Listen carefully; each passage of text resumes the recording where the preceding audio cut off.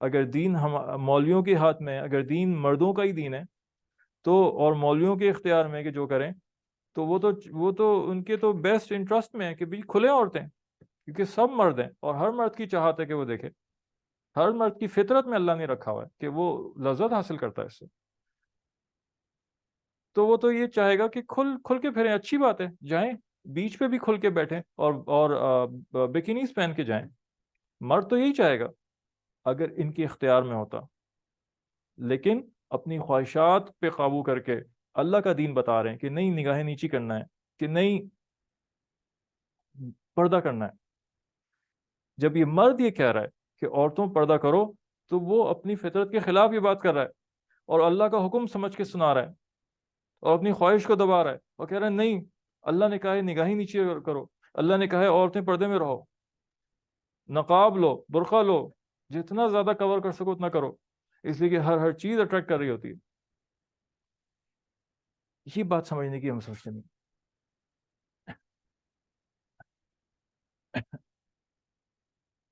ٹھیک ہے، تو یہ اس طرح کے بہت سارے بیوقوفانہ باتیں جو ہیں وہ پھیلائی جا رہی ہوتی ہیں، اور ہماری عورتیں، ہمارے لوگ، ہمارے مرد یہ لے لے کے باتیں گیدرنگس کے اندر یہ کہہ رہے ہوتے ہیں کہ جی اس طرح کی باتیں، اس طرح کی بات، حالانکہ تھوڑی سی عقل استعمال کریں تو یہ خود سمجھ میں آ جائے گا۔ پردہ کو چھڑوایا جا رہا ہے، آپ دیکھیں تو صحیح، ذرا آپ تھوڑے سے آپ اس بات کو عقل کے ساتھ سوچیں کہ یورپین کنٹریز میں اور ویسٹرن کنٹریز میں کیوں پردے کے خلاف اور حجاب کے خلاف ہو رہا ہے، فرانس میں کیوں حجاب اتارے جا رہے ہیں۔ ایک طرف ان لوگوں کی ڈبل پالیسیز، ان لوگوں کی منافقت، ایک لوگ ہیومن رائٹس کا ذکر کرتے ہیں ایک طرف، اور دوسری طرف ان کے رائٹس کھینچ کے ان کو مجبور کر رہے ہیں، خود تو کپڑے اتارتے ہیں اپنی عورتوں کے رائٹس کہہ کے، اور مسلمان کی عورتیں جب پہنتی ہیں تو وہ کہتے ہیں جبر کر رہے ہیں اس کے اوپر۔ بھائی وہ اپنی مرضی سے بھی کر رہی ہیں، کیوں نہیں کریں جبر؟ اللہ کا حکم جو ہوگا وہ تو نافذ ہوگا۔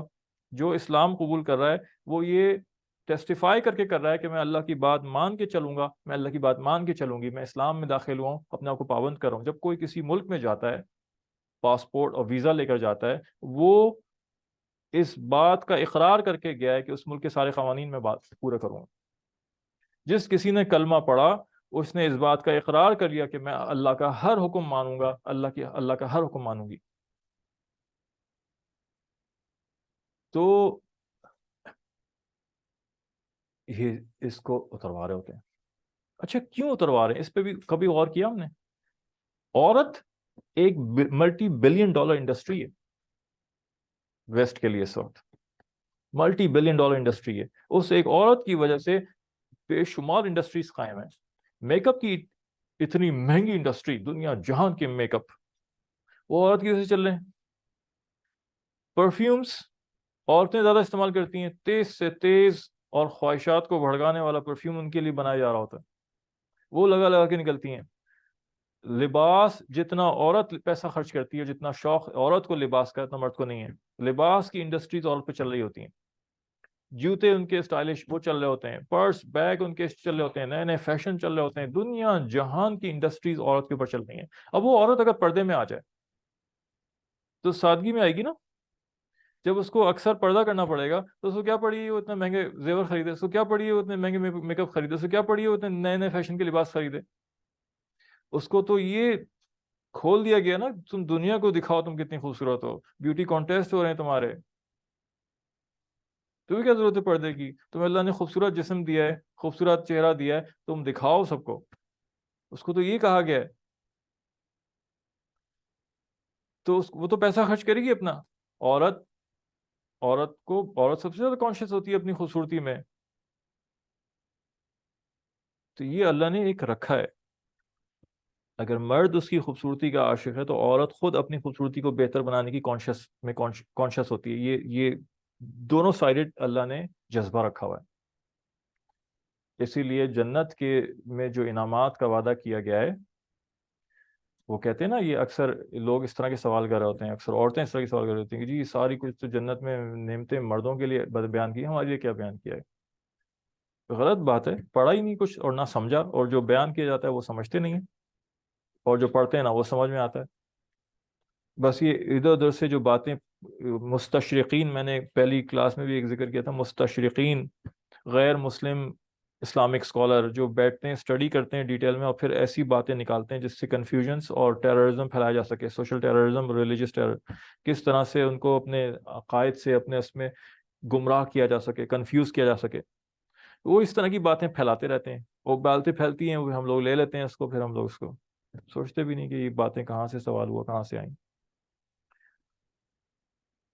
کہ جی مردوں کے لیے سارے حوریں بیان ہو رہی ہیں، عورتوں کے لیے کیا بیان ہو رہا ہے؟ بس حوریں ہی تو مردوں کے لیے بیان ہو رہی ہیں، اور کیا بیان ہو رہا ہے؟ اور باقی جتنی چیزیں ہیں وہ ساری تو سب کے لیے ہیں بھائی، محلات ملیں گے تو سب کے لیے ملیں گے نا، کھانا آئے گا تو سب کے لیے آئے گا نا، موسیقی جنت میں ہوگی تو سب کے لیے ہوگی نا، یا مردوں کے کانوں میں جائے گی اور عورتوں کے کانوں میں نہیں جائے گی؟ لباس آئیں گے تو سب کے لیے ہوں گے نا، گھومنے کی سائٹس ہوں گی اور سینک ویوز ہوں گے تو سب کے لیے ہوں گے نا۔ تو جو چیز دنیا میں فطرت کے اندر محبوب رکھی گئی ہے اس کا سب سے زیادہ لالچ دیا گیا ہے، جو محبوب ترین چیز ہے، تو مرد کے لیے محبوب ترین چیز اللہ نے عورت کو بنایا ہے، تو اس لیے جنت کی نعمتوں کے اندر بھی عورتوں کا لالچ دیا گیا ہے کہ یہاں تو تم ایک بھی تم سے نہیں سنبھال رہی ہوتی، وہاں تمہیں 70,000 ملیں گی انشاءاللہ۔ ہم اسی پہ خوش ہوتے ہیں، ہم اسی پہ کہ یہاں تو چلو ایک پہ گزارا کر لیتے ہیں، دو تین چار بھی خواب ہی دیکھتے ہیں خالی، اور باتیں کر کے تفریح کر لیتے ہیں، وہاں ہم اس پہ امید پہ ہوتے ہیں۔ اور عورتوں کے کیا ہے، عورتوں کی سب سے بڑی اٹریکشن ان کو اپنا خوبصورت، اپنے آپ خوبصورت بنانا، اپنی بیوٹیفیکیشن، جس پہ وہ سارا وقت لگاتی ہیں، جس پہ وہ پیسہ خرچ کرتی ہیں، بیوٹی پارلر جاتی ہیں، لباس نئے سے نئے۔ مردوں کا یہ ہے کہ ویسے تو 4 سے جائز نہیں ہے، میں ایک مثال دے رہا ہوں کہ اگر اس کے پاس 99 بیویاں ہوں اور اس کو 100 ہی ایک عورت پسند آ جائے تو وہ دل چاہے گا اس سے بھی شادی کر لے۔ اور عورتوں کا معاملہ یہ ہے کہ اس کے بعد 99 جوڑے ہوں اور 100 جوڑا اس کو ایک پسند آ جائے تو وہ چاہے گی وہ بھی آ جائے، 99 سیٹ زیورات کے ہوں سونے کے اور 100 پسند آ جائے تو وہ کہے گی مجھے بھی یہ بھی خریدنا ہے، 99 جوتے کے جوڑے ہوں گے تو وہ 100 پسند آئے گا تو کہے گی مجھے یہ بھی چاہیے۔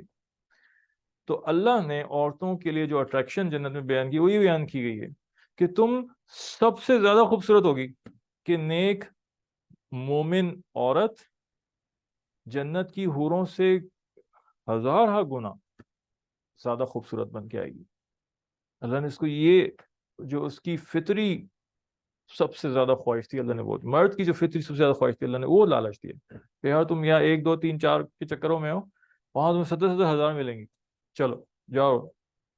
اور تو کہا گیا یہاں تو تمہارے لمیٹڈ بجٹ ہوتا ہے نا، اور سارے پہن بھی نہیں سکتی ہیں اور وغیرہ وغیرہ، اور یہاں تو چھپانے کو بھی کہا گیا ہے، ہر ایک کو دکھا بھی نہیں سکتی ہو، تو وہاں تمہیں ملیں گے جوڑے، اور 70 جوڑے ایک وقت میں پہنی ہوئی ہوگی، اور ہر جوڑے میں سے دوسرے جوڑا نظر آ رہا ہوگا، اور تم سب سے زیادہ ساری حوروں سے زیادہ خوبصورت ہوگی،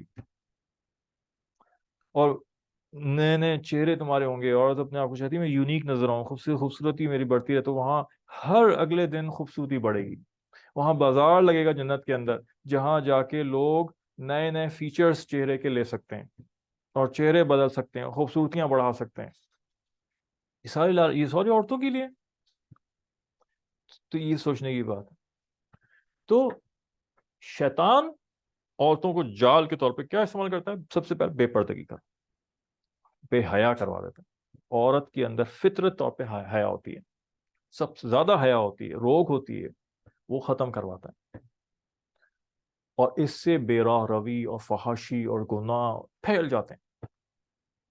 آپ دیکھیں نا زنا ہوتا ہے تو آئیڈینٹی ختم ہو جاتی ہے، کون کس کا بیٹا، کون کس کا کیا نام کو، آج ویسٹرن نیشنز ان کے یہاں پتہ ہی نہیں ہوتا ابا کون ہے، ڈی این اے ٹیسٹ کروانے پڑ رہا ہوتا ہے، شوہر کو بیوی پہ اعتماد نہیں ہے، بیوی کو شوہر پہ اعتماد نہیں ہے، کتنوں کو تو پتہ ہی نہیں ہوتا ابا کا نام کیا ہے، تو پورا سوشل سیٹ اپ ختم، سوسائٹل ویلیوز ختم ہو جاتی ہیں۔ آواز، عورت کی آواز اٹریکٹیو ہے مرد کے لیے، آواز کا پردہ کہا گیا ہے، بعض علماء اس کے قائل ہیں کہ آواز کا پردہ ہونا چاہیے۔ قرآن کے اندر اللہ نے عورتوں کو کہا گیا کہ اپنے پیر زمین پہ اتنے زور سے نہ مارو کہ تم جو زیورات پہنی ہوئی ہو اس زیورات کی کھنک غیر محرم کے کانوں میں پڑے، اور اس کے دل پہ اثر کرے اور اس کا دل الٹ پلٹ ہو جائے اس کی وجہ سے کہ وہ اٹریکٹ کر رہی ہوتی ہے. جو شادی شدہ عورتیں ہیں وہ تو بات سمجھتی ہیں اچھی طرح. شوہر کے ساتھ جن کا تعلق ہو چکا ہوتا ہے ان کو تو پتا ہوتا ہے مرد کی کیفیات. پردے کا خیال رکھیں. اس بیوقوفی میں نہ آئیں, اس کنفیوژن میں اور اس میں نہ پڑیں کہ یہ تو مردوں کا بنایا ہوا ہے. ارے مرد اگر مردوں کے اختیار میں ہوتا تو مرد تو چاہتے کہ آج اور ابھی کھل جائیں سب. بیوقوفی کی بات ہے بالکل. یہ اللہ کا بنایا ہوا دین ہے, مردوں کا بنایا ہوا دین نہیں ہے, مولویوں کا بنایا ہوا دین نہیں ہے. مولوی دین بناتے نہیں ہیں, مولوی دین بتاتے ہیں. جو اللہ نے بتایا وہ آگے بتا رہے ہیں.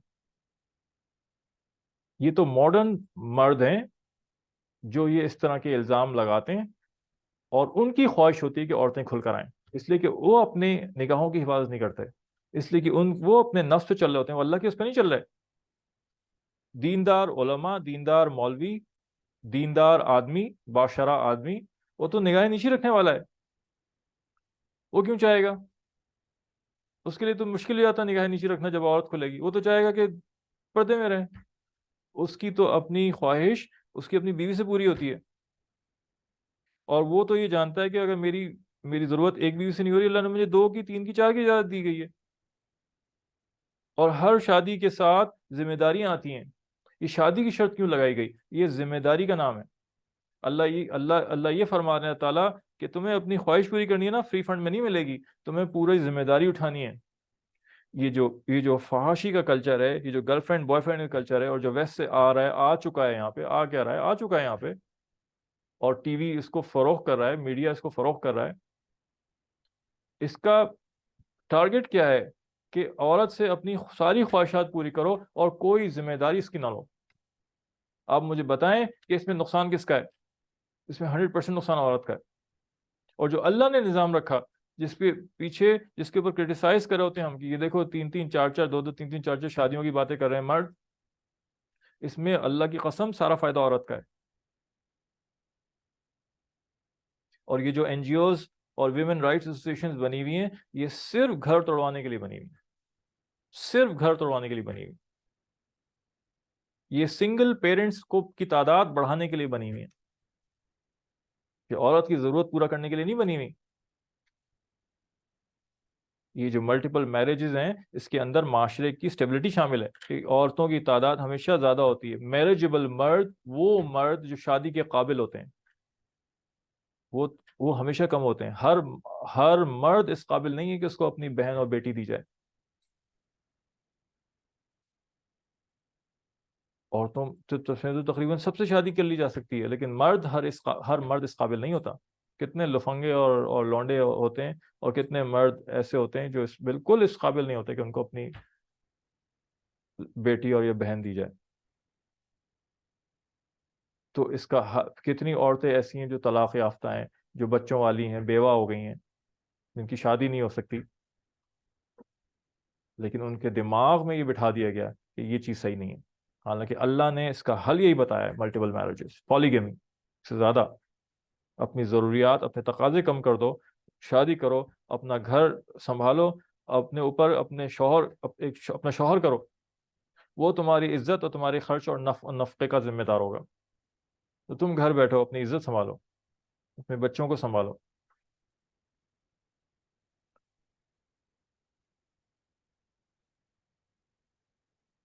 تو یہ دھوکے کا پورا دجالی نظام ہے, ہم اس کو سمجھتے نہیں ہیں. اس کو سمجھنا چاہیے, اس دھوکے سے باہر آئیں. ویسٹ نے صرف مزے کا لذت, مردوں کی لذت کے لیے کام کیا ہے, اور عورتیں استعمال ہو رہی ہیں. اور جتنا عورتیں پریشان ہیں وہاں پہ, آپ سمجھ نہیں سکتے جتنا نقصان اس وقت عورتوں کو ہو رہا ہے.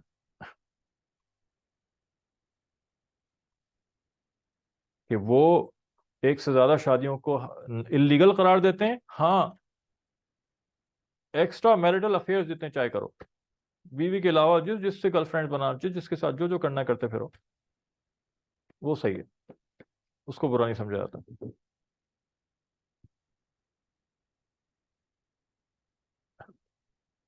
تو ہم سمجھے تو صحیح کہ ہمارے ساتھ دھوکہ کیا ہو رہا ہے، ہمیں کیا پٹیاں پڑھائی جا رہی ہیں. ہم اپنے دین کو سمجھنے کی کوشش تو کریں. اتنے ایجوکیٹڈ ہو گئے ہم کچھ تو عقل استعمال کریں کہ ہمیں کتنا بیوقوف بنایا جا رہا ہے.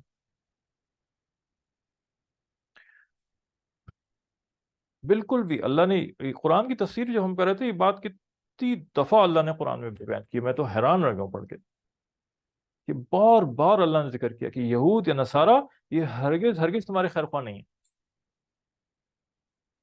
ہرگز ہرگز تمہارے خیر خواہ نہیں ہے، کوئی تمہارا بہترین چاہتے، بلکہ جب تمہیں کوئی خیر پہنچتی ہے نا، یہ غصے میں اپنے آپ کو بھیجے لیتے ہیں. تو یہاں سے جو بھی چیز آئے گی وہ اس میں اللہ کی قسم اس میں ذرا نفع نہیں ہوگا ہمارے لیے، کوئی نفع ہوگا اس سے کہیں زیادہ ہمارے لیے نقصان ہوگا. اس بات کو سمجھیں، اللہ سے تعلق جوڑیں، اسی میں خیر ہے. تو شیطان استعمال کرتا ہے اپنے بلا ضرورت مردوں سے بات چیت سے بھی اعتراض کریں.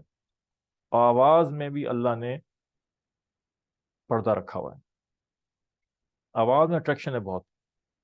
اور جب کہا گیا کہ جب تم بات کرو ضرورت کے تحت تو اپنی آواز میں کسی قسم کی لچک، کسی قسم کا ناز اور انداز پیدا نہ کرو، بلکہ سپاٹ لہجے میں بات کرو، بلکہ ہو سکے تو تھوڑا سا سخت لہجے میں بات کرو. عورت کے لیے یہ اخلاق ہیں کہ اس کا لہجہ ایسا ہو کہ مرد اس کی طرف اٹریکٹ نہ ہو. یہ اخلاق نہیں ہے جی کیا حال ہیں آپ کے، اور کیسے ہیں آپ، اور وغیرہ وغیرہ، اور سافٹ لہجے میں ایسا بات کرنا اور بنا کے بات کرنا کہ میرا امپریشن اچھا پڑے. یہ عورت کے لیے اللہ نے بد اخلاقی قرار دیا ہے کہ وہ مرد اٹریکٹ ہوگا. اللہ نے قرآن میں فرمایا کہ جب تم بات کرو، مفہوم اس کا یہ، تو ایسا لہجہ نہ ہو کہ جس کے دل میں بیماری ہے وہ کچھ اور سمجھ بیٹھے. سپاٹ لے جا، یا ہو سکے تو ہلکا سا سخت رہ جا تاکہ دوسرا سمجھے یار یہ تو بڑی بدمزاج عورت ہے، یہی اس عورت کے ساتھ تو بات نہیں کرنی.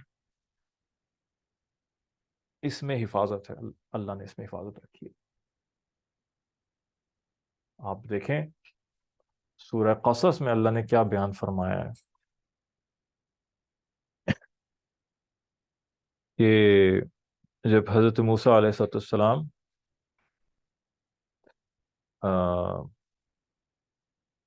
مصر سے بھاگ کے ڈر کے مارے فرعون کے اس سے ان سے ایک آدمی قتل ہو گیا تھا، تو وہ وہاں سے گئے اور بھاگے اور مدین پہنچ گئے. مدین میں حضرت شعیب علیہ السلام نبی تھے، اور حضرت شعیب علیہ السلام اس وقت بوڑھے ہو چکے تھے، اور حضرت شعیب علیہ السلام کی 2 بیٹیاں تھیں. تو جب حضرت موسیٰ علیہ السلام پہنچے ہیں تو وہاں دیکھا انہوں نے کہ جو قرآن میں آیا نا سورہ قصص میں، وَلَمَّا وَرَدَ مَاءَ مَدْيَنَ وَجَدَ عَلَيْهِ أُمَّةً مِّنَ النَّاسِ يَسْقُونَ وَوَجَدَ مِن دُونِهِمْ امْرَأَتَيْنِ تَذُودَانِ، کہ لوگ اپنے ایک کنواں تھا، لوگ اپنے جانوروں کو پانی پلانے لائے ہوئے تھے، تو 2 لڑکیاں بھی تھیں، وہ بھی نوجوان، وہ بھی پانی پلانے لائے، وہ الگ دور ہٹی ہوئی تھیں اور لوگ ان کو جگہ ہی نہیں دے رہے تھے. اور وہ پانی پلا کے گئے، اس کے بعد انہوں نے بھاری جو ڈھکنا تھا وہ بھی ڈھک دیا. ظاہر ہے نبی کی مخالفت میں اترے ہوئے تھے لوگ، تو ان کو پتا تھا نبی کی بیٹیاں ہیں یہ، تو کنویں میں پانی پلانے کے بعد بھاری ڈھکنا اور ڈھک دیا کہ یہ ہٹا بھی نہ سکیں اور لڑکیاں.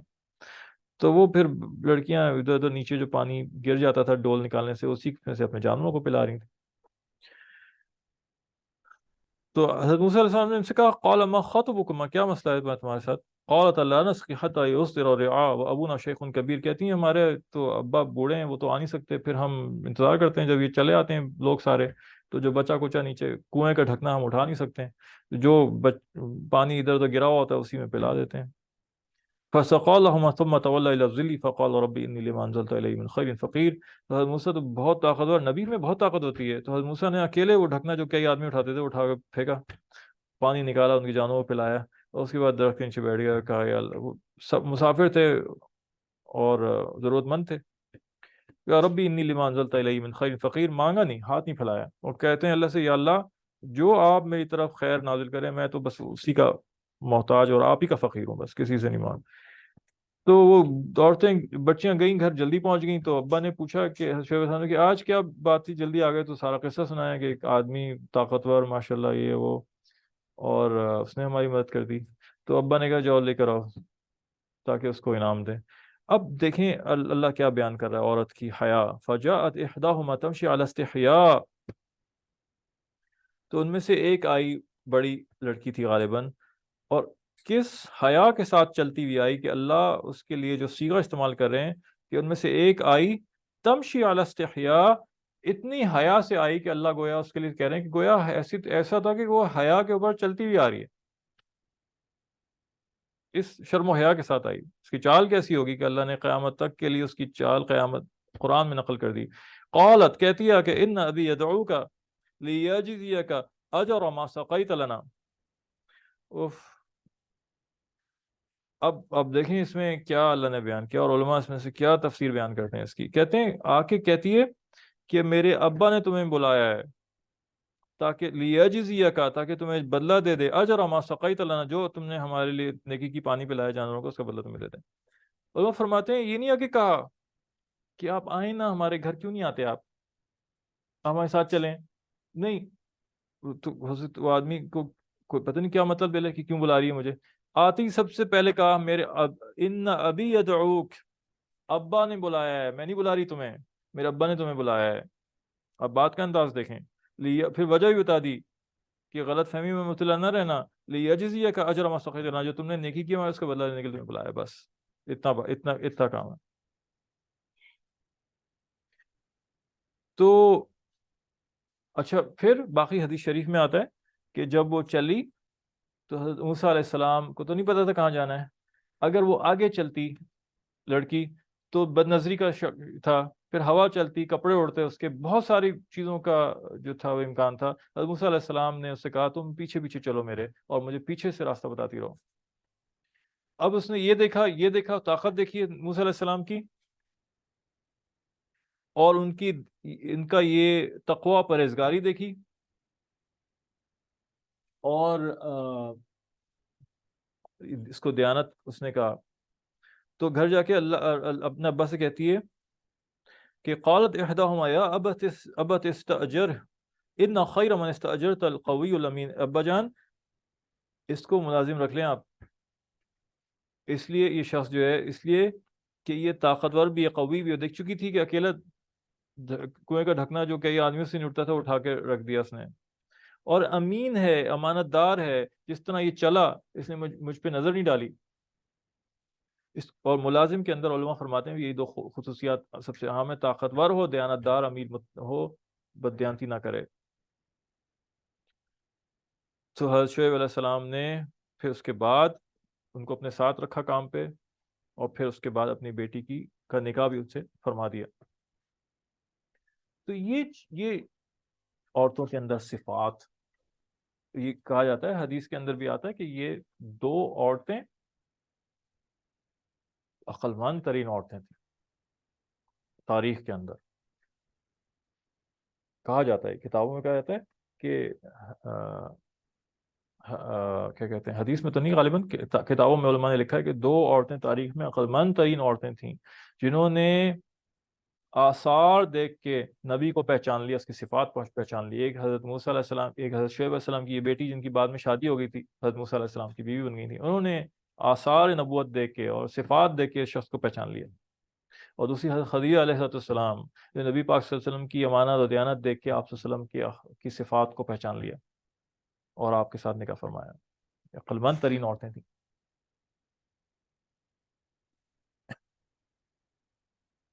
تو اس طرح سے پروپیگنڈا میں نہ آئیں، ہر وہ بات جو واٹس ایپ پہ چل رہی ہو اور سوشل میڈیا پہ چل رہی ہو اور میڈیا پہ آ رہی ہو، اور غیر نتھو خیرے اور ماڈرن لوگ بیٹھے ہوئے بیان کر رہے ہوں اور ہر آدمی بیان کر رہا ہو، نہیں، ہم بات کو لیں گے، ٹیلی کریں گے، ہمارے علماء کی بات سے میچ کر رہی ہوگی تو ہم لیں گے، ورنہ سوری۔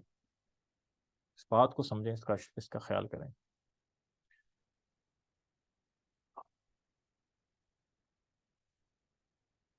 نیکسٹ، الطاعم الشاکر کالصائم الصابر، کھانا کھا کر اللہ کا شکر ادا کرنے والا صابر روزے دار کی طرح سے، یہاں تشبیہ دی گئی ہے۔ اس کو بھی ذرا دیکھ لیں۔ علماء نے فرمایا کہ کھانا کھا کر شکر ادا کرنے کا کم سے کم درجہ یہ ہے کہ کھانے کے شروع میں بسم اللہ پڑھی جائے، کھانے کی جو دعا ہے بسم اللہ وعلی برکت اللہ، یہ کھانا شروع کرنے کی دعا یہ پڑھی جائے، اور کھانا کھانے کے بعد اللہ کا شکر ادا کیا جائے۔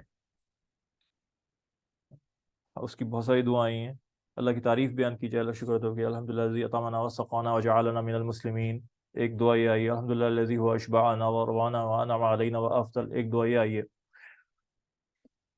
اور اس دعا کی تو فضائل یہ بھی آئے ہیں کہ جو یہ دعا کھانے کے بعد پڑھے گا تو کھانے کا اس کا حساب نہیں ہوگا، دو کھانوں کا حساب نہیں ہوتا، وہ جس میں مہمان شریک ہو جائے وہ جس کے بعد یہ دعا پڑھی جائے، الحمدللہ الذی هو اشبعنا وروانا وانعم علینا وافضل۔ ایک اور دعا ہے، الحمدللہ الذی اطعمنی ھذا الطعام ورزقنیہ من غیر حول منی ولا قوہ، فرمایا اس دعا کھانا کھا کے دعا پڑھے گا اس کے سارے صغیرہ گناہ معاف ہو جائیں گے۔ اور کتنی دعائیں ہیں کھانوں کی، اور بھی آئی ہوں گی، یہ ہمیں چند دعائیں یاد کر لی تھی، ہمیں اس کے فضائل سنے تھے، تو یہ ایک سے زیادہ دعائیں یاد ہونی چاہیے، دعاؤں کا اہتمام کرنا چاہیے، اس کی عادت ڈالنی چاہیے۔ تو علماء نے فرمایا کم سے کم کھانے کا کم سے کم درجہ شکر کا یہ ہے کہ شروع کے آخر کی دعا پڑھ لی جائے، اور بھول جائیں بیچ میں بسم اللہ اولہ آخرہ، ایک یہ دعا ہے۔ اور روزے کا کم سے کم شکر یہ ہے کہ انسان اپنے آپ کو گناہوں سے روکے، یا ایسی چیزوں سے روکے جس سے روزہ فاسد ہو جاتا ہے۔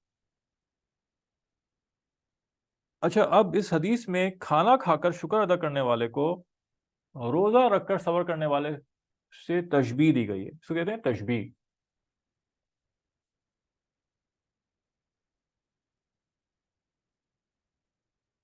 تشبیہ۔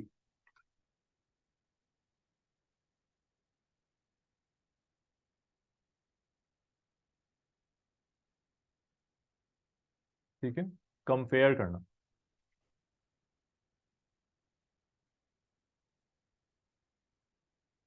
To compare. تشبیہ کے اندر دو چیزیں ہوتی ہیں،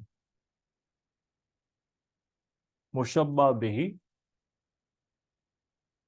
ابھی تھوڑا سا میں مشکل عربی کی اصطلاحات ہیں اس لیے بتا رہا ہوں کہ ہم سنتے رہیں گے تو تھوڑی ہماری مناسبت بنتی رہے گی، پریشان نہیں ہونا اس میں۔ مشبہ بہی وہ جس سے کمپیئر کیا جا رہا ہو، وہ جس سے مشابہت کی جا رہی ہو۔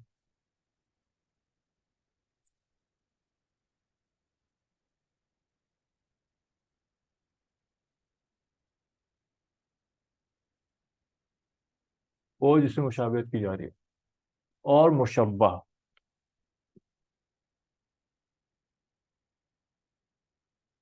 مشبہ وہ جس کو مشابہت دی جا رہی ہو۔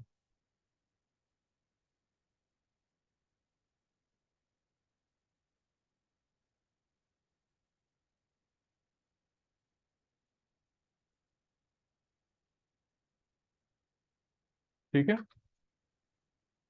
وہ جس کو مشابہت دی جا رہی ہے، جیسے کہا جاتا ہے کہ زید جو ہے وہ بالکل شیر کی طرح ہے، ٹھیک ہے نا، زید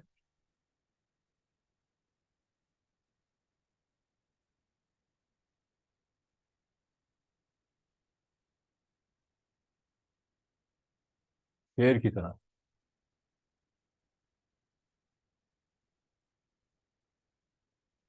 یعنی بہادری میں، ٹھیک ہے نا، زید تو بالکل شیر ہے۔ تو یہاں دو ہو گئے نا، زید اور شیر، تو زید کو تشبیہ دی جا رہی ہے، زید مشبہ ہو گیا، اور شیر سے تشبیہ دی جا رہی ہے، شیر مشبہ بھی ہو گیا، ٹھیک ہے۔ علماء نے بہت ایک زبردست نقطہ نکالا اس کے اندر، اور ہم قربان جائیں ان کے اپنے بڑوں کے بزرگوں کے علم کے اوپر جو اللہ نے ان کو عطا کیا ہے، یہ بات سمجھنے اور سیکھنے کی ہے، کہ وہ کہتے ہیں کہ یہ جو تشبیہ دی گئی ہے نا، اول تو اس میں دو باتیں ہیں، کہ جس کو جس سے تشبیہ دی جا رہی ہے ضروری نہیں ہے، جس کو جس سے کمپیئر کیا جا رہا ہے ضروری نہیں ہے وہ بالکل 100% ایک جیسے ہوں، یہ ہرگز ہرگز نہیں ہوتا، جہاں بھی کمپیریزن ہوتا ہے کسی چیز سے اس میں 100% سیٹسفیکشن ضروری نہیں ہوتی، کسی ایک صفت میں ایک جیسے مل رہے ہیں وہ، تو ایک صفت سے کمپیئر کر دیا.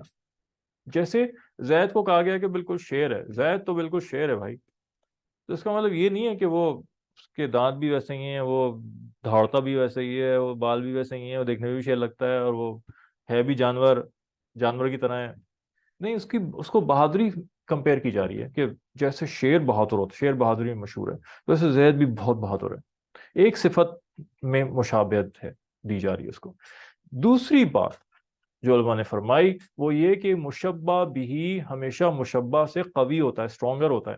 جیسے زید کو شیر سے تشبیہ دی جا رہی ہے، تو شیر بہادری میں زید سے زیادہ ہے، شیر بہادری میں بڑی مثال ہے. زید کی جب بہادری دیکھی گئی تو اس کو شیر سے ملایا گیا، لیکن وہ شیر نہیں ہے، جتنا بہادر شیر ہے اتنا نہیں ہے. تو جس سے کمپیئر کیا جا رہا ہوتا ہے وہ ہمیشہ اپنی صفت میں اعلیٰ ترین ہوتا ہے. تو یہاں اللہ تعالیٰ الطائم الشاکر کو کمپیئر کر رہے ہیں صائم الصابر سے، کہ کھانا کھا کے شکر ادا کرنے والا ایسا ہی ہے جیسے روزہ رکھ کے صبر کرنے والا، کیونکہ جو روزہ جس نے رکھا ہوا ہوتا ہے وہ ظاہر صبر ہی کر رہا ہے نا کھانے پہ. تو کہا ثواب میں وہ برابر ہو سکتے ہیں، لیکن علماء فرماتے ہیں فضیلت میں روزے دار بڑا ہے. صابر،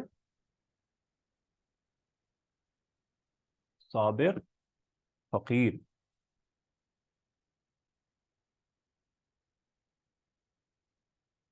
شاکر غنی سے زیادہ فضیلت والا ہے. ٹھیک ہے. ایک وہ ہے فقیر، وہ جس کے پاس بیچارے کو کچھ ہے نہیں اور اس نے روزہ رکھ لی اور وہ صبر کر رہا ہے.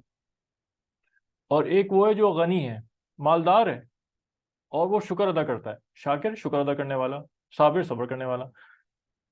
تو ثواب میں وہ دونوں برابر ہو سکتے ہیں، لیکن فضیلت اس کی بڑی ہوگی، یہ فضیلت میں زیادہ ہے. آگے چلتے ہیں نیکسٹ.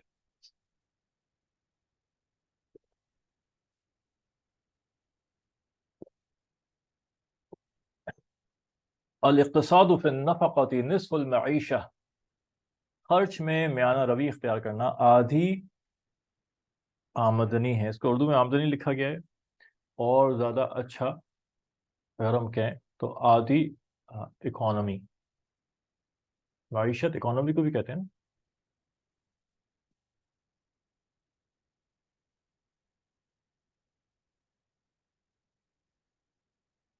ٹھیک ہے.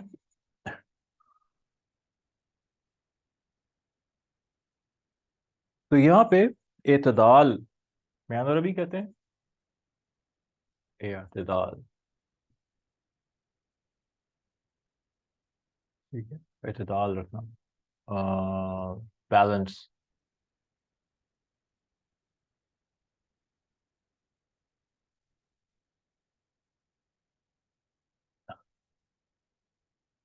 اب کیا کہتے ہیں،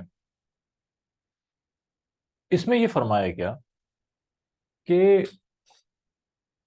مناسب انداز میں خرچ کرنا، نہ تو بہت زیادہ خرچ کرے، فضول خرچی کرے، نہ ہی بہت کنجوسی کرے. اس کو کہتے ہیں اعتدال رکھنا.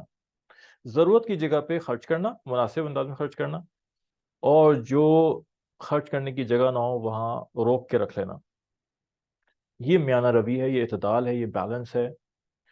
آدھا حل اللہ کے رسول نے بتا دیا کہ اکنامکلی رہنا ہے اگر، اور اچھی اکانومی رکھنی ہے اپنی، پرسنل اکانومی ہو، یا شہر کی اکانومی ہو، یا ادارے کی اکانومی ہو، یا شہر کی ہو، یا ملک کی ہو، تو اس کا آدھا حل تو یہ ہے کہ خرچ کو کنٹرول کر لیا جائے،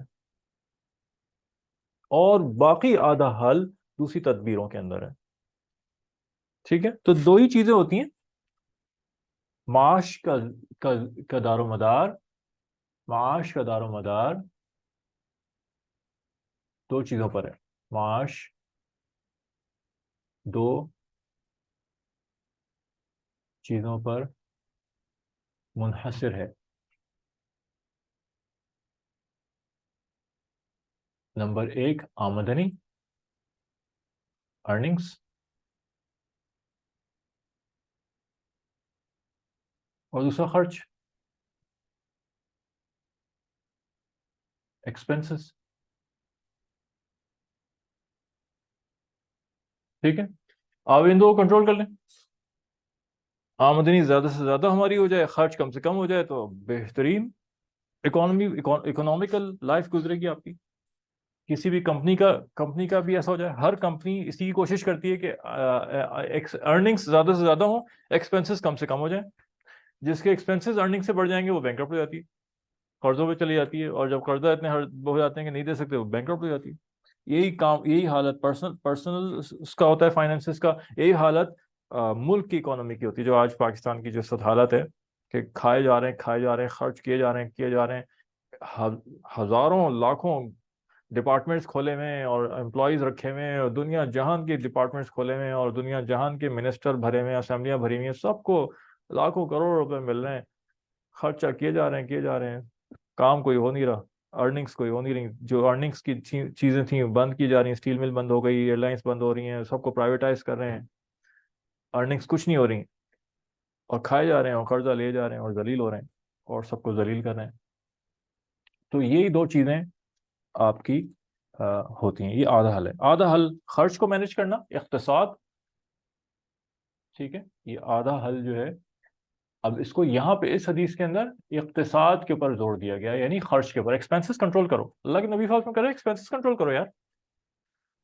یہ کیا طریقہ ہے کہ ہر خواہش ہے, ہزاروں خواہشیں ایسی کہ ہر خواہش پہ دم نکلے, بہت نکلے میرے ارماں مگر پھر بھی کم نکلے.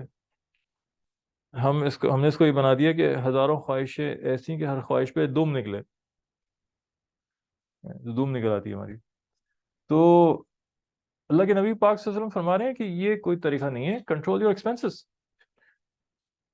مہنگائی جی ٹھیک ہے, ایک حد تک ہے, مہنگائی بھی ہے, بہت مسئلے مسائل بھی ہو رہے ہیں. آپ اس کو دونوں طریقوں سے فائٹ کریں. آپ حلال طریقے سے آمدنی بھی بڑھانے کی کوشش کریں, اور اپنے ایکسپینسز بھی کنٹرول کریں. اب اس میں تھوڑی بہت مشکلات بھی آئیں گی, جو ہیں وہ ہیں. اللہ سے برکت کی دعا مانگیں اس کے اندر. برکت کسے کہتے ہیں؟ ہم لوگ برکت کا مطلب نہیں سمجھتے. برکت,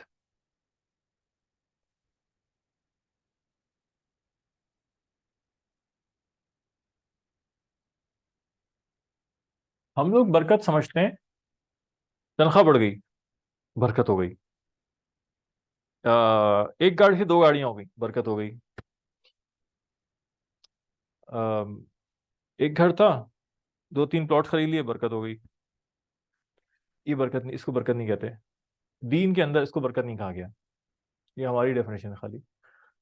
برکت کسے کہتے ہیں اس کو سوچ لیں, بہت کام کی چیز ہے. اور یہ ڈیفینیشنز پتہ ہوں ہمیں, جو ہمیں اپنے بڑوں سے بزرگوں سے پتہ چلی ہیں دین کے اندر, جو ہمیں اللہ اور رسول نے بتائی ہیں باتیں, تاکہ ہم کسی غلط فہمی میں مبتلا نہ رہیں. اور جب وہ بات ہو تو اور پیش آئے حقیقت اس کی, تو ہم پہچان لیں اس کو. ضروریات, خواہشات کو کم, خواہشات خواہشات کا کم ہو جانا,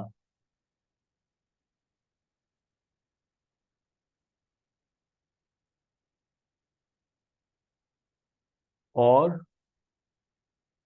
ضروریات کا موجودہ آمدنی میں پورا ہو جانا. اس کو برکت ہے. اللہ جب برکت دیتا ہے نا مال میں, اللہ جب کسی کو برکت دیتا ہے, اس کی خواہشات کو کم کر دیتا ہے, اور اس کی ضروریات کو جتنا دیر ہوتا ہے ضروریات کو اس میں پورا کر دیتا ہے. مقدار کا بڑھ جانا, کہ 1 لاکھ آمدنی تھی اب 5 لاکھ ہو گئی, اسے کہتے ہیں برکت. یہ برکت نہیں ہے. برکت یہ ہے کہ اگر 1 لاکھ تھی, اس 1 لاکھ میں آپ کی خواہشات ضروریات سب پوری ہو جائیں. وہ کیسے پوری ہوں گی؟ کہ خواہشات کم ہو جائیں گی. اکثر چیزیں ہماری ضروریات نہیں ہوتی ہیں, ہماری خواہشات ہوتی ہیں, ہم اس کو ضرورت سمجھتے ہیں. جب خواہشات کم ہوتی ہیں تو اب آدمی خرچ کس میں کرے گا؟ تو خواہشات کے لیے تو کہا گیا ہے کہ قارون کا خزانہ بھی کافی نہیں ہے. اتنا آدمی کی خواہشات. ایک حدیث شریف میں آیا, اس کا مفہوم ہے کہ انسان کی حرص کو بھرنے کے لیے، اس کے پیٹ کو بھرنے کے لیے سونے کے دو پہاڑ بھی کافی نہیں، دو ہوں گے تو تین، تین کی خواہش کرے گا، اور آخر کار اس کی پیٹ کو قبر کی مٹی بھرے گی۔ تو خواہشات کو اللہ پاک کم کر دیتے ہیں، تو پھر ضروریات تو بہت تھوڑی سی ہوئی نا، حقیقی ضروریات تو بہت تھوڑی سی ہوئی، اور جو آمدنی ہوتی ہے اس میں ضروریات پورا فرما دیتے ہیں۔ جب انسان کے دل کے اندر جہاں خواہشات پیدا ہوتی ہیں، جو خواہشات ہی نہیں پیدا ہو رہی ہیں، تو اب اس کو خرچ کرنے کی ضرورت نہیں ہوتی، ضرورت ہی نہیں ہوتی، اس کو دل ہی نہیں چاہتا کہ مال جاؤں۔ ایک تو اسے یہ پتا ہوتا ہے کہ یار میرے پاس اتنی آمدنی نہیں کہ میں مال سے خریدوں مہنگی مہنگی چیزوں، مال جانے کا فائدہ کیا، ہم واقعی میں دل کو ہی پریشان کروں، اور اس کا دل ہی، اس کا اللہ دل اچاٹ کر دیتے ہیں، اور اس کو قناعت پہ لے آتے ہیں، قانے کر دیتے ہیں۔ یہ برکت ہے۔ تو اپنی انڈرسٹینڈنگ ہم صحیح کریں،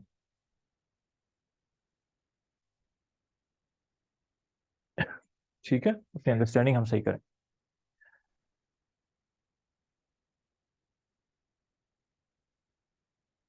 تو اچھا، ایک تو یہ بات ہو گئی۔ تو یہ فرماتے ہیں علماء کہ یا تو آدمی کنجوسی میں پڑ جاتا ہے، یا اسراف، ضرورت سے زیادہ خرچ کر دیتا ہے اور خالی ہاتھوں کے بیٹھ جاتا ہے، پھر قرضوں پہ قرضے چڑھ جاتے ہیں، ادائیگی کو راستہ نہیں ہوتا، غیر قوموں سے اور غیروں سے پھر وہ قرضے لیتا ہے، سودی قرضے لیتا ہے، گناہ میں الگ مبتلا ہوتا ہے سود پہ لینے پہ، اور پھر دبتا چلا جاتا ہے۔ اللہ نے قرآن میں بھی فرمایا، وہ آتی ذی القربہ، یہ سورہ بنی اسرائیل کے اندر، آتی ذی القربہ حقہ والمسکین وابن السبیل ولا تبذر تبذیرا، رشتہ داروں کو حق دو ان کا، مسکینوں کو دو، مسافروں کو دو، اور مال کو فضول نہ اڑاؤ۔ تبذیر کہتے ہیں فضول خرچی کو۔ ان المبذرین کانوا اخوان الشیاطین، یہ فضول خرچ جو ہے نا، یہ شیطان کے بھائی ہیں۔ کیا مطلب ہے شیطان کے بھائی ہیں؟ کہ جیسے شیطان اللہ کی نافرمانی میں لگا ہوا ہے، یہ بھی شیطان، یہ بھی نافرمانی میں لگیں گے، لگ رہے ہیں، کیونکہ فضول خرچی گناہ کی طرف لے کے جائے گی۔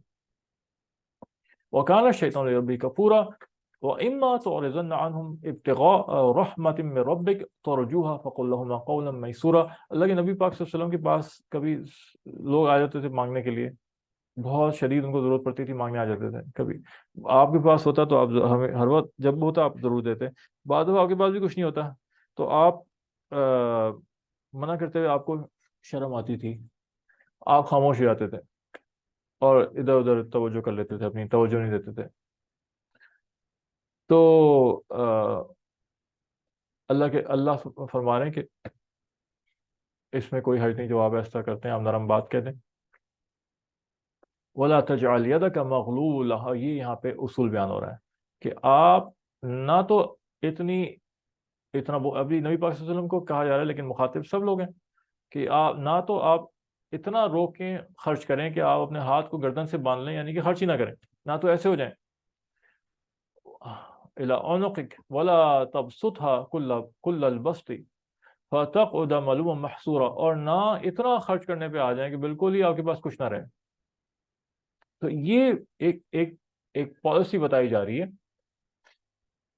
کہ درمیان کا راستہ اختیار کرنا ہے، اور اللہ جس کو چاہتا ہے زیادہ رزق دیتا ہے، جس کو چاہتا ہے اللہ اس کا رزق کم کر دیتا ہے، یہ اللہ کے ہاتھ میں۔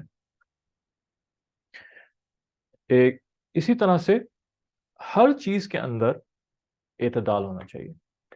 نبی پاک صلی اللہ علیہ وسلم، اچھا ایک حدیث میں آیا کہ حضرت ابن مسعود رضی اللہ عنہ، تفسیر ابن کثیر میں ہے کہ حضرت ابن مسعود رضی اللہ اور حضرت ابن عباس رضی اللہ عنہ سے نقل ہے کہ تبذیر یعنی فضول خرچی ہے کہ حق کے علاوہ دوسری چیزوں میں مال خرچ کیا جائے، اور ایک قول یہ کہ کوئی شخص سارا مال حق میں خرچ کر دے تو یہ فضول خرچی نہیں ہے، اور ایک چھوٹا سا ایک پائی بھی نہ حق میں خرچ کرے، غلط کام میں خرچ کرے، تو یہ تبذیر ہے، فضول خرچی ہے۔ تو لیکن ہر چیز میں اعتدال، انسان اپنی برداشت دیکھے کہ وہ کتنا برداشت کر سکتا ہے، یعنی نیک کام میں صدقے کرنے میں بھی اعتدال کرے، ایسا نہ ہو کہ سب صدقہ کر دے اور پھر خود پریشان ہو گیا میرے پاس تو کچھ ہے نہیں۔ ایک صحابی اللہ کے رسول سے مانگنے کے لیے آئے، ایک صاحب ضرورت مند تھے بہت، آپ صلی اللہ علیہ وسلم نے ان کو کچھ دے دیا۔ تھوڑی دیر میں ایک جگہ اعلان ہونے لگا کہ جی جہاد ہو رہا ہے، قبائل تھے یہ دشمنوں کے، کفار کے، ادھر چھوٹے موٹے وہ حملہ کرتے رہتے تھے، تو اس کے لیے چندہ جمع ہونے لگا کہ جی ایک جگہ پہ جہاد کے لیے جانا ہے، چندہ دیں۔ ان صاحب نے پھر دے دیا، وہ جو چیز ملی تھی وہ دے دی، تو اللہ کے رسول صلی اللہ علیہ وسلم نے ناراضگی کا اظہار فرمایا کہ تم صدقہ کر رہے ہو اور پھر تم خود تکلیف میں پہنچو، پھر دوسرے سے اپنے ہاتھ پھیلاتے ہو، مانگتے ہو؟ نہیں۔ تو یہ جو سب دے دینے والا معاملہ ہے وہ ان کے لیے ہے جو پھر برداشت ان میں بہت ہوتی ہے، توکل بہت ہوتا ہے، ہاتھ نہیں پھیلاتے کسی کے آگے۔ وہ پہلے حدیث گزری نا، الید العلیٰ خیر من ید السفلیٰ، اوپر والا ہاتھ نیچے والے ہاتھ سے بہتر ہے، دینے والا دینے والے سے بہتر ہے، ہاتھ پھیلانے کو منع کیا گیا ہے۔ حضرت ابو بکر صدیق رضی اللہ تعالیٰ عنہ تھے، سارا مال اٹھا کے لے آئے، تبوک کے اندر سب لے آئے، ایک سوئی بھی نہیں چھوڑی۔ ان کو اللہ کے رسول نے اپریشیٹ کیا، اس لیے کہ صدیق تو پھر صدیق اکبر تو پھر صدیق اکبر تھے، تو سوال ہی نہیں پیدا ہوتا کہ کسی سے مانگتے کچھ۔ جو لوگ برداشت نہیں کر سکتے، یہ کمزوروں کے لیے پالیسی اللہ کے رسول نے ہمارے لیے بتائی ہے۔ ہم جیسے کمزوروں پہ اللہ کے رسول کا احسان ہے کہ یہ ایک پرنسپل بتا دیا کہ بھائی تم ہر چیز میں درمیانے چلو، اللہ کے راستے میں بھی خرچ کرنا ہے، صدقہ بھی کرنا ہے، اس میں بھی درمیانے، زیادہ ہے تو زیادہ دو، اللہ کے راستے میں خرچ کرو، نفل صدقات میں خرچ کرو، کم ہے تو پھر کم کر لو تاکہ خود مصیبت میں نہ پھنسو، اور اپنے اخراجات کو بھی کنٹرول کرو۔ اسراف کسے کہتے ہیں؟ اسراف گناہ ہے۔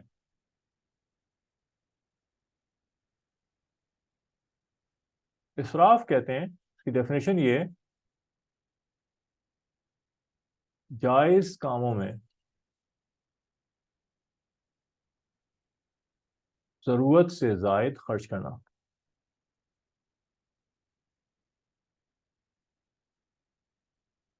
ٹھیک ہے، جائز کام ہے، گناہ نہیں ہے، اس میں بھی ضرورت سے زائد خرچ کرنا، اس کو اسراف کہتے ہیں۔ آپ وضو کر رہے ہیں، پانی کھلا ہوا ہے، یا منہ دھو رہے ہیں، پانی کھلا ہوا ہے اور کھلا ہوا ہے، ضائع ہو رہا ہے، تیز نل کھلا ہوا ہے، جبکہ تھوڑا سا کھول کے بھی کام ہو سکتا ہے، یہ اسراف ہے اور یہ گناہ ہے۔ کمرے کی بتیاں کھول کھول کے چلے جاتے ہیں، بچے ہوتے ہیں اکثر خیال نہیں کرتے، بل نہیں دینا پڑتا نا ان کو، احساس نہیں ہوتا، نہیں بیٹھا ہوا کمرے میں، ساری بتیاں کھلی ہوئی، پنکھے کھلے ہیں، غائب ہیں، یہ اسراف ہے، گناہ ہے، اس کا حساب دینا ہوگا اللہ پاک کے یہاں۔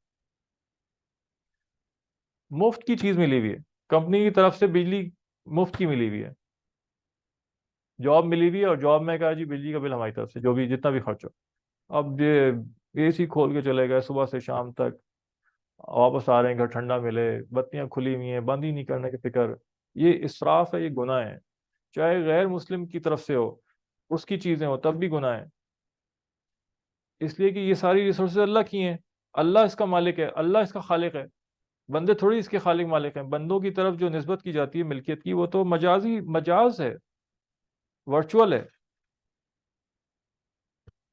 اللہ کی چیزیں ہیں، اللہ نے منع کیا ہے۔ اللہ کے رسول صلی اللہ علیہ وسلم نے فرمایا، جس کا مفہوم ہے کہ وضو میں پانی زیادہ نہ خرچ کرو، اسراف نہ کرو، یہاں تک کہ تم بہتے ہوئے دریا میں وضو کر رہے ہو، وہاں بھی اسراف ہے۔ اب یہ سوال پیدا ہوتا ہے کہ بہتے ہوئے دریا میں اگر میں زیادہ پانی استعمال کر لیتا ہوں، یہ اسراف کیسے ہو؟ دریا کا پانی تو ویسے ہی بہہ رہا ہے اور ضائع جا رہا ہے، اس لیے کہ ہیبٹس بنوائی اللہ کے رسول صلی اللہ علیہ وسلم نے، اس پہ کبھی بات ہوگی انشاءاللہ۔ دا سائنس آف ہیبٹس عجیب ہے، اور اللہ کے نبی پاک صلی اللہ علیہ وسلم کی حدیثوں میں بڑی کثرت سے ملتی ہیں۔ آپ نے سائیکالوجی کی بہت سارے پرنسپلز بیان کی اپنی حدیثوں میں، یہ تو اب ڈسکور کر رہے ہیں یہ لوگ، اور اپنی کتابوں میں لکھ رہے ہیں۔ ہیبٹس کے اوپر پوری پوری گوروں نے کتابیں لکھی ہیں، science of habits, atomic habits ایک بہت زبردست کتاب ہے، پاور آف ہیبٹس ایک بہت اچھی کتاب ہے، پڑھنی چاہیے یہ۔ لیکن اللہ کے رسول نے 1450 سال پہلے یہ ساری باتیں بیان کی ہیں، اور حدیثوں میں ہیبٹس کے اوپر زور دیا گیا ہے۔ میں تو حیران رہ گیا جب میں نے ہیبٹس کی کتاب پڑھی، اور پھر اس کے بعد، اور سائنس آف ہیبٹس میں نے پڑھی، اور اس کے بعد جب یہ حدیث میری نظر سے گزری، میں حیران رہ گیا کہ اللہ کے نبی صلی اللہ علیہ وسلم نے 1450 سال پہلے یہ سائیکولوجیکل پرنسپل بیان کیا تھا پورا۔ اسے اللہ سے زیادہ کون انسان کو جانتا ہے، اور نبی پاک صلی اللہ علیہ وسلم جو فرماتے ہیں وہ سب وہی ہے۔ تو ہمارا یقین ٹھیک ہو جائے نا کہ نبی پاک صلی اللہ علیہ وسلم جو باتیں لے کر آئے ہیں اس میں صرف اور صرف فائدہ اور کچھ نہیں۔ ٹھیک ہے، تو یہ اسراف ضرورت سے زیادہ ایک چیز میں اسراف نہیں ہے، اور یہ خوشبو کہا گیا ہے کہ خوشبو کے اندر جتنا خرچ کر دو وہ اسراف میں نہیں ہے۔ ہاں اگر انسان کے پاس ہے اور خرچ کر سکتا ہے تو کرے۔ خوشبو میں خرچ کرنے کو اللہ کے رسول صلی اللہ علیہ وسلم کو خوشبو بہت زیادہ پسند تھی، تو آپ نے خوشبو کے اندر جتنا بھی خرچ کیا جائے اس کو اسراف نہیں کہا، گناہ نہیں ہے۔ باقی ہر چیز میں ضرورت سے زیادہ اسراف ہے اور گناہ ہے۔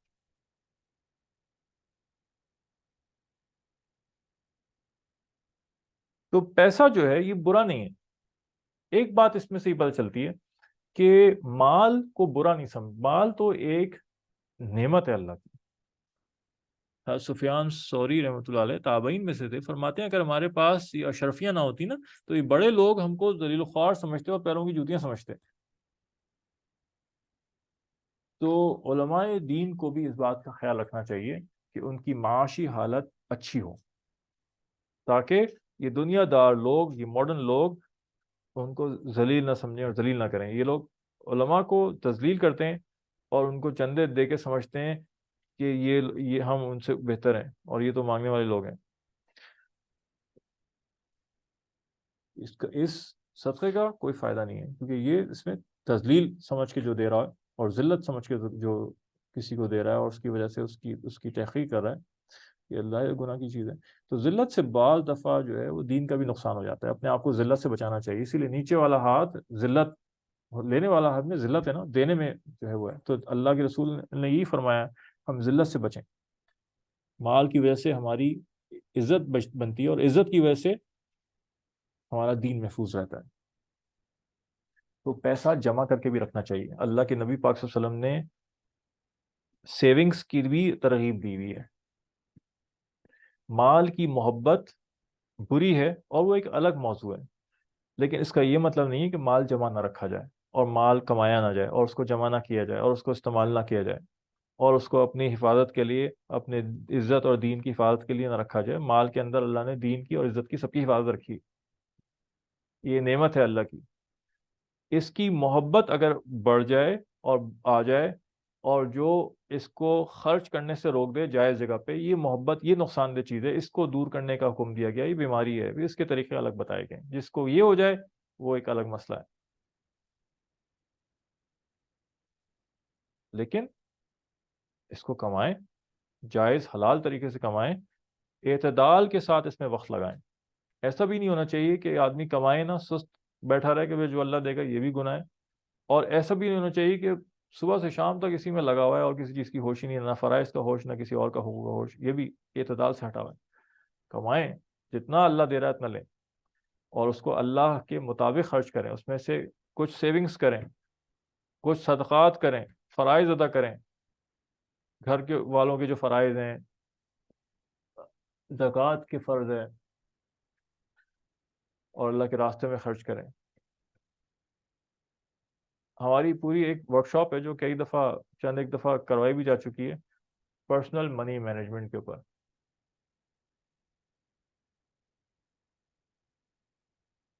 پرسنل منی مینجمنٹ، اس میں ہم سارے طریقے بتاتے ہیں،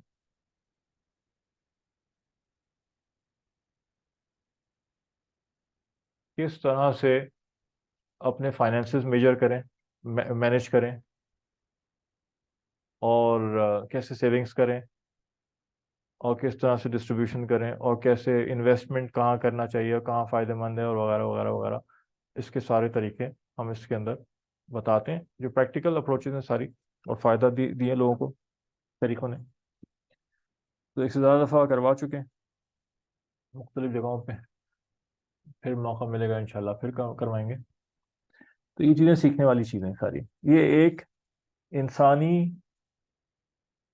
سوسائٹی کی معیشت جو ہے وہ ایک اس کی ریڑھ کی ہڈی ہے، مال کمانا اور خرچ کرنا اور مینیج کرنا، لہذا یہ سیکھنے والی چیزیں ساری، سیکھنا چاہیے اس کو۔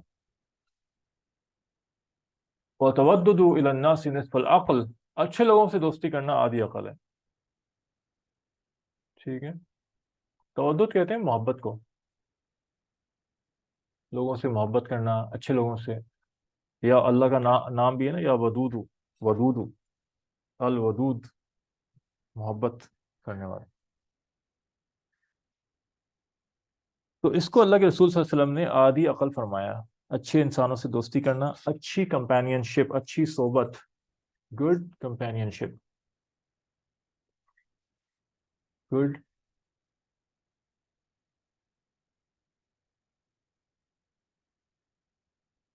کمپینین شپ، اچھی صحبت، اچھی صحبت اختیار کرنا. اس کو آدھی عقل فرمایا گیا. اب دیکھیں اس کو. اور اس کے ذریعے سے اپنے معاملات کو درست کرنا، اس کی برکت سے. اور پوری عقل کہ جب اس کے ساتھ صحبت بھی اچھی اختیار ہو، اور معاش اور اور پیشہ بھی اختیار کرے، اور جائز پاک روزی حاصل کرے. پوری عقل. امام غزالی رحمۃ اللہ فرماتے ہیں آدمی کسی کو دوست بنانے سے پہلے سے 5 باتیں دیکھے. اول، سب سے پہلے کیا چیز دیکھے؟ تو لکھ دیتے ہیں امام غزالی رحمۃ اللہ علیہ.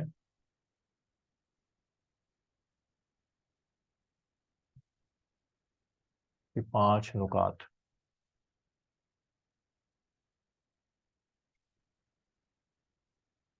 5 باتیں کسی کو دوست بنانے سے پہلے 5 باتیں دیکھیں. دوست میں 5 صفات ہونی چاہیے.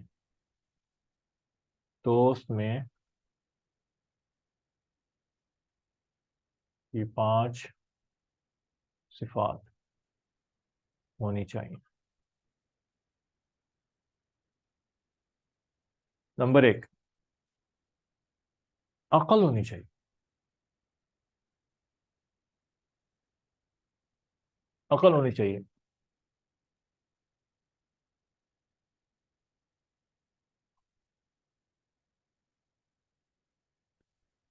یہ عقل اللہ نے بہت بڑا انعام انسان کو دیا، اور اس کے ذریعے سے اللہ نے جانوروں سے ممتاز کیا. تو دوست بنانے کے لیے لازم ہو کہ وہ عقل والا دوست ہو. بے وقوف جو ہے اس میں کوئی فائدہ نہیں، اس سے نقصان ہے. بے وقوف جو ہے نا، وہ نقصان پہنچاتا ہے. مولانا رومی رحمۃ اللہ علیہ نے اپنی جو نظم ہے، ہزاروں اشعار پہ مبنی نظم ہے، مثنوی مانوی فارسی کے اندر، اس میں بہت ساری کہانیاں سنائی ہیں بات کو سمجھانے کے لیے. بہت سی کہانیاں قرآن سے بھی ہیں، انبیاء کی بھی ہیں، بہت سی انہوں نے اپنی خود بنائی ہوئی ہیں، بہت سی جانوروں کی کہانیاں ہیں. اس میں ایک کہانی لکھتے ہیں کہ ایک آدمی نے ایک ریچھ سے دوستی کر لی، اور وہ ریچھ جو تھا وہ محبت کرنے لگا اس آدمی سے بہت. جہاں جہاں جاتا وہ آدمی پیچھے پیچھے پیچھے چلتا رہتا، وہ بیٹھتا وہ بھی بیٹھ جاتا، اس کی حفاظت کرتا. لوگوں نے اس کو سمجھایا کہ دیکھو یہ جانور ہے، اتنا بڑا خطرناک جانور ہے، ریچھ تو بہت بڑا ہو جاتا ہے، کھڑا ہوتا ہے تو آدمی سے بھی اونچا نکلتا ہے، چوڑا، اور اس کے ناخن ایسے کہ وہ ختم کر دے مار کے، پیٹ پھاڑ دے پورا. لوگوں نے سمجھایا یہ جانور ہے، اس پہ اتنا بھروسہ نہ کیا کرو. وہ سو جاتا آدمی تو یہ حفاظت کرتا، پنکھا جلتا. اتنی محبت ہو گئی تھی ریچھ کو کہ جانور پہ اتنا بھروسہ نہیں کرتے. عقل تو ہوتی نہیں جانور میں کہ نہیں نہیں، اس نے سنا نہیں آدمی کہ نہیں نہیں یہ تو میرا بہت وفادار ہے اور محبت کرنے والا ہے. ایک دفعہ کیا ہوا کہ وہ آدمی لیٹا ہوا تھا درخت کے نیچے، اور ریچھ اس کے برابر بیٹھا ہوا، اس کی حفاظت کر رہا ہے. ایک مکھی آ گئی بار، اور آ کے بار بار بیٹھ رہی ہے آدمی. وہ اڑا رہا ہے ریچھ، اور آدمی سو رہا تھا. کبھی کہیں بیٹھتی، کبھی کبھی کبھی منہ پہ بیٹھ جاتی، کبھی ادھر ادھر بیٹھ رہی. بار بار مکھی پتہ کتنی لیچ اڑ جاتی ہے، اور اڑتی نہیں بار دفعہ، اڑا پھر آتی ہے. تو وہ بار بار، اب ریچھ کو آنے لگا غصہ کہ یہ آدمی کو، میرے دوست کو تنگ کر رہی ہے. تو وہ آ کے منہ پہ بیٹھی. اب ریچھ غصے میں بالکل باورا ہو چکا تھا. اس نے آؤ دیکھا نہ تھا، اس نے ایک بڑا سا اینٹ اٹھائی، بڑا سا پتھر بڑا ہوتا، اور دے کے کھینچ کے مکھی کو مارا. اب مکھی تو آدمی منہ پہ بیٹھی ہوئی تھی، تو کیا ہوا ہوگا، آدمی مر گیا. تو مولانا رومی یہاں یہی بات سمجھا رہے ہوتے ہیں کہ دوست عقل مند ہونا چاہیے. نادان دوست، وہ مشہور مثل مشہور ہے نا اردو کے اندر کہ عقل مند نادان دوست عقل مند، نادان دوست سے بہتر ہے عقل مند دشمن ہے، کہ نادان دوست جو ہے وہ اپنی بیوقوفی میں فائدہ پہنچانا چاہے گا اور نقصان پہنچا دے گا، عقل نہیں ہے اس کی۔ تو یہ چیز دوسرا، اچھے اخلاق والا ہو،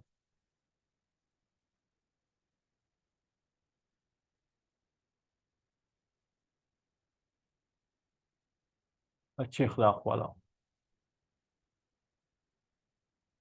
میری تو لکھائی اتنی اچھی نہیں ہے، بہرحال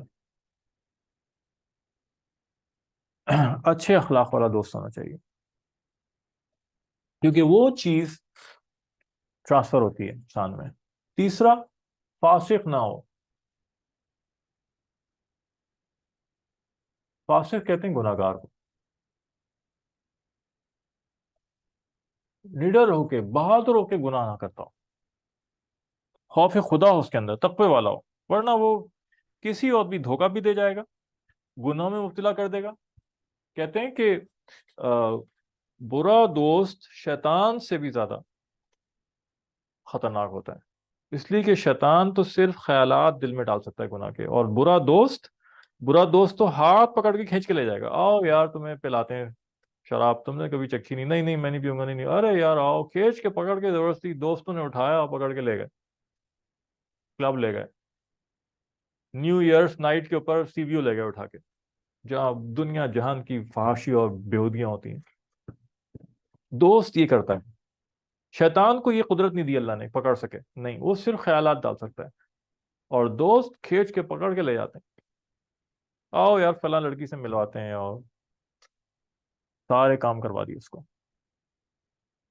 اس لیے اپنے بچوں کی اولاد کے دوستوں پہ نظر رکھنی چاہیے، آپ کی ذمہ داری، ماں باپ کی ذمہ داری، کس سے مل رہے ہیں، کون ہے۔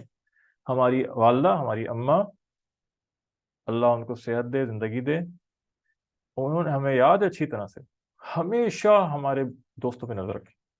ہاں، کبھی اسکول سے کوئی آتا گھر، کبھی کوئی آتا کھیلنے کے لیے، پہلے فوراً خود پہنچتی گیٹ پہ، وہیں پہ اس سے انٹرویو لیتی پورا، اچھی طرح سے اس سے پورا پوچھتی پاچھتی، اور ایک ایک چیز نظر میں رکھتی، اور جہاں یہ اندازہ ہوتا کہ ایک لڑکا کوئی ایسا آ رہا ہے جو اچھی صحبت کا نہیں ہے، وہاں بیٹھ کے مستقل سمجھاتی، دیکھو بیٹا یہ اچھا نہیں ہے، اس سے تعلق توڑواتی، پھر چین سے بیٹھتی،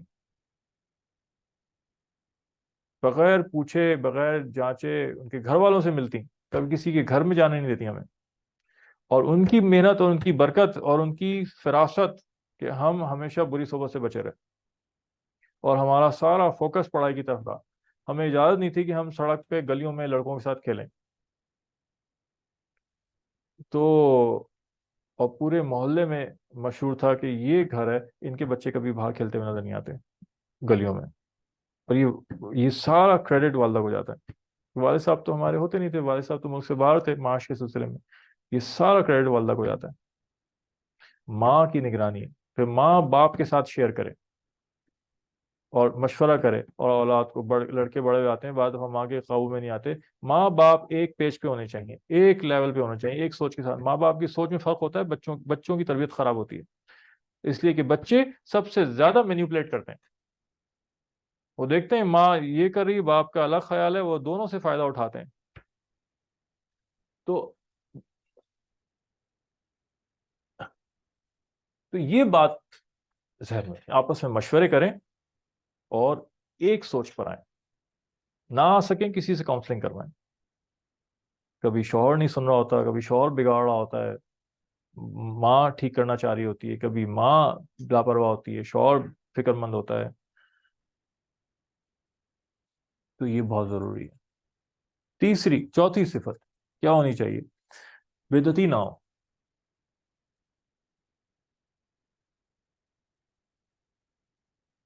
عقیدے ٹھیک ہوں، دین تو سب سے زیادہ ضروری ہے، غلط عقیدے غلط عقیدے پیدا ہو جائیں تو وہ بہت بری بری چیز ہے۔ حضرت مفتی تقی عثمانی صاحب دامت برکاتہ اپنے بیان میں بیان کر رہے تھے کہ ایک صاحب آیا اور آ کے اپنے بیٹے کی خوب تعریفیں شروع کر دیں، کہ میرا بیٹا تو بہت انٹیلیجنٹ ہے، بہت اچھا ہے، بہت اچھی نوکری ہے، بہت اچھا کماتا ہے، بہت سب کچھ ہے، بس یہ کہ بے دین ہے، دین کی طرف بالکل بھی نہیں ہے. تو حضرت کہنے لگے حضرت توفیق بھائی صاحب دامت برکاتہ کہ یہ تو ایسا ہی ہے جو جیسے کہے کہ جی یہ اتنا خوبصورت، اتنا اچھا، اتنی ہر چیز ہے، یہ بس جان نہیں ہے، خالی مردہ ہے بس. تو دین نہیں ہے تو پھر کیا ہے یار؟ تو کچھ بھی باقی چیز نہیں. پانچویں صفت امام غزالی بیان کرتے ہیں دوستوں میں کیا ہونی چاہیے، کہ دنیا کی محبت رکھنے والا نہ ہو. دنیا کی محبت رکھنے والا نہ ہو. یہ حدیث شریف ہے نا، حب دنیا رأس کل خطیئت. دنیا کی محبت تمام گناہوں کی جڑ ہے. تو جیسا دوست ہوگا ویسی تربیت ہو جائے گی. المرء علی دین خلیلی فلینظر احدکم من یخالل. نبی پاک صلی اللہ علیہ وسلم نے فرمایا اس کا مفہوم ہے انسان اپنے دین کے اپنے دوست کے دین پر ہوتا ہے. تو تم میں سے جب کوئی دوستی کرے تو دیکھ لے اچھی طرح کس سے دوستی کر رہا ہے. اس حدیث شریف کے بھی علماء نے دو تین مطلب بیان فرمائے. ایک تو یہ بیان فرمایا ہے کہ انسان اپنے دوست سے پہچانا جاتا ہے. جیسا اس کا دوست ہوگا لوگ اس کے بارے میں بھی وہی گمان کریں گے. اگر اس کا دوست خراب ہے، پوری صحبت میں بیٹھتا ہے، اور یہ چاہے برا نہ ہو، لیکن اس کے دوست کو دیکھ کے لوگ اس کے بارے میں بھی یہی گمان کریں گے کہ چونکہ یہ بھی اس کے ساتھ ساتھ رہتا ہے، بھی ایسے ہی ہوگا. اس لیے کہ لائک اٹریکٹس لائک. ایک جیسی طبیعت کے آدمی ایک اٹریکٹ کر کے اٹریکٹ ہوتے ہیں، ایک جیسے خیالات والے اٹریکٹ ہوتے ہیں. یہ تو لازم بات ہے. کہیں نہ کہیں اس کے اندر یہ گڑبڑ موجود تھی جو اس نے برے کی صحبت اختیار کی ہوئی ہے. اس سے جج کریں، اپنے بچوں کو بھی چیک کریں اور پریشان ہو اس کے لیے کہ میں اپنے بچے کو اچھا ہم اپنے بچے کو اچھا سمجھیں. اس نے اس کی اگر دوستی برے سے، اس کی دوستی کیوں ہو گئی؟ ان میں کوئی نہ کوئی کامنالٹی ضرور ہے. مولانا رومی نے مولانا رومی نے کہانی بیان کی اور کہا کہ وہ حکیم جالینوس بہت بڑا حکیم گزرا. اس نے اپنے ملازم سے کہا کہ چند منٹ اوپر ہو گئے وقت سے، لیکن یہ بات ختم کر کے انشاءاللہ اس کو ختم کرتے ہیں. اس نے اپنے ملازم سے کہا کہ وہ فلاں دوا جو ہے نا وہ لے کر آؤ. باہر بیٹھا ہوا تھا اور دوا منگائی. وہ ملازم گیا، اس نے کہا کہ حضرت یہ دوا تو پاگل پن کے علاج کی ہے، آپ کیوں منگا رہے ہیں کھانے کے لیے؟ کہا کہ یہ ابھی ایک راستے سے ایک پاگل گزرا ہے اور وہ مجھے دیکھ دیکھ کے بار بار دیکھ رہا تھا، دیکھ دیکھ کے ہنس رہا تھا، خوش ہو رہا تھا. تو مجھے یہ خدشہ ہوا یہ مجھ میں اتنا اٹریکشن کیوں محسوس کر رہا ہے، کہیں ایسا تو نہیں میرے اندر بھی جنون کی کوئی کیفیت آ رہی ہوں، کیونکہ لائک اٹریکٹس لائک. تو حکیم جالینوس غالباً جو تھے وہ ٹانگ سے شاید لنگڑے تھے. تو جب تحقیق کروائی گئی تو پتہ چلا وہ آدمی بھی لنگڑا تھا جو پاگل گزرا تھا. تو جب دو لوگوں میں، دو عورتوں میں، دو بچوں میں جب کوئی اٹریکشن ہونی شروع ہو جائے اور آپس میں ملنے، دوستی بننے لگے، تو یقیناً ان میں ایک کامنالٹیز ہیں اس کے اندر. اور اگر برے اور اچھے اور برے کی ساتھ ہو گئی تو پھر یہ اپنے فکر کریں اپنے اولاد کی، یا اپنی بھی فکر کریں کہ میں اس کے ساتھ کیوں مجھے دل لگ رہا ہے میرا. یہ بہت میرے لیے فکر کی بات ہے. المرء علی دین خلیلی. تو لوگ آپ کے دوست کی وجہ سے آپ کو پہچانیں گے. دوسری تفسیر اس کی یہ بیان کی کہ اگر آپ اچھے بھی ہو اور دوست آپ کو خراب ہو تو ایک وقت آئے گا کہ آپ بھی خراب ہو جاؤ گے.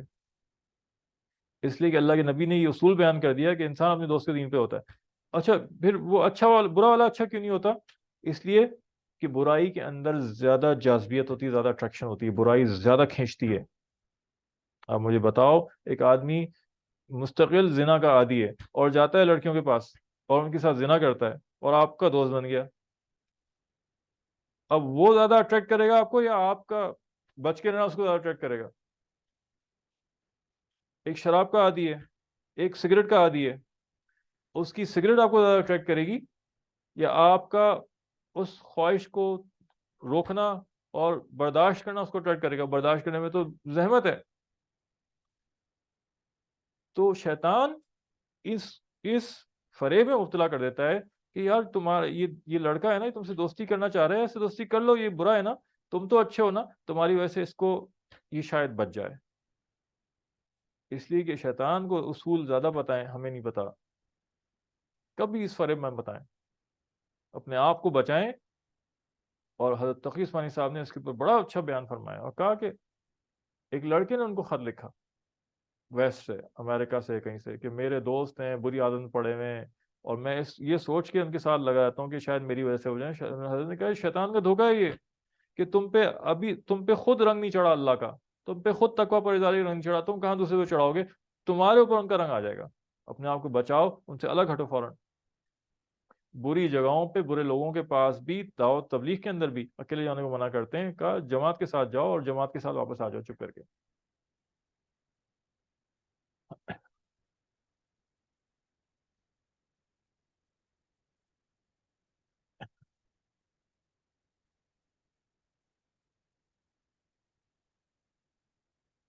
تو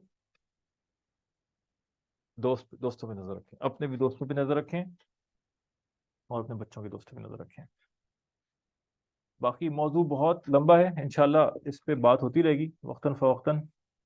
بچوں کی تربیت کے اوپر بھی بات ہوتی رہے گی انشاءاللہ، اور پڑھائی کے اوپر بھی بات ہی رہے گی. کچھ نہ کچھ موضوع نکلے گا ابھی حدیث میں انشاءاللہ، تو اور تفصیل سے بات ہو جائے گی انشاءاللہ. اللهم لك الحمد كما أنت أهل، صل وسلم على محمد كما أنت أهل، وافعل بنا كما أنت أهل، فإنك أنت القوي المغفر. اللهم أرنا الحق حقا وارزقنا اتباعه، وأرنا الباطل باطلا وارزقنا اجتنابه.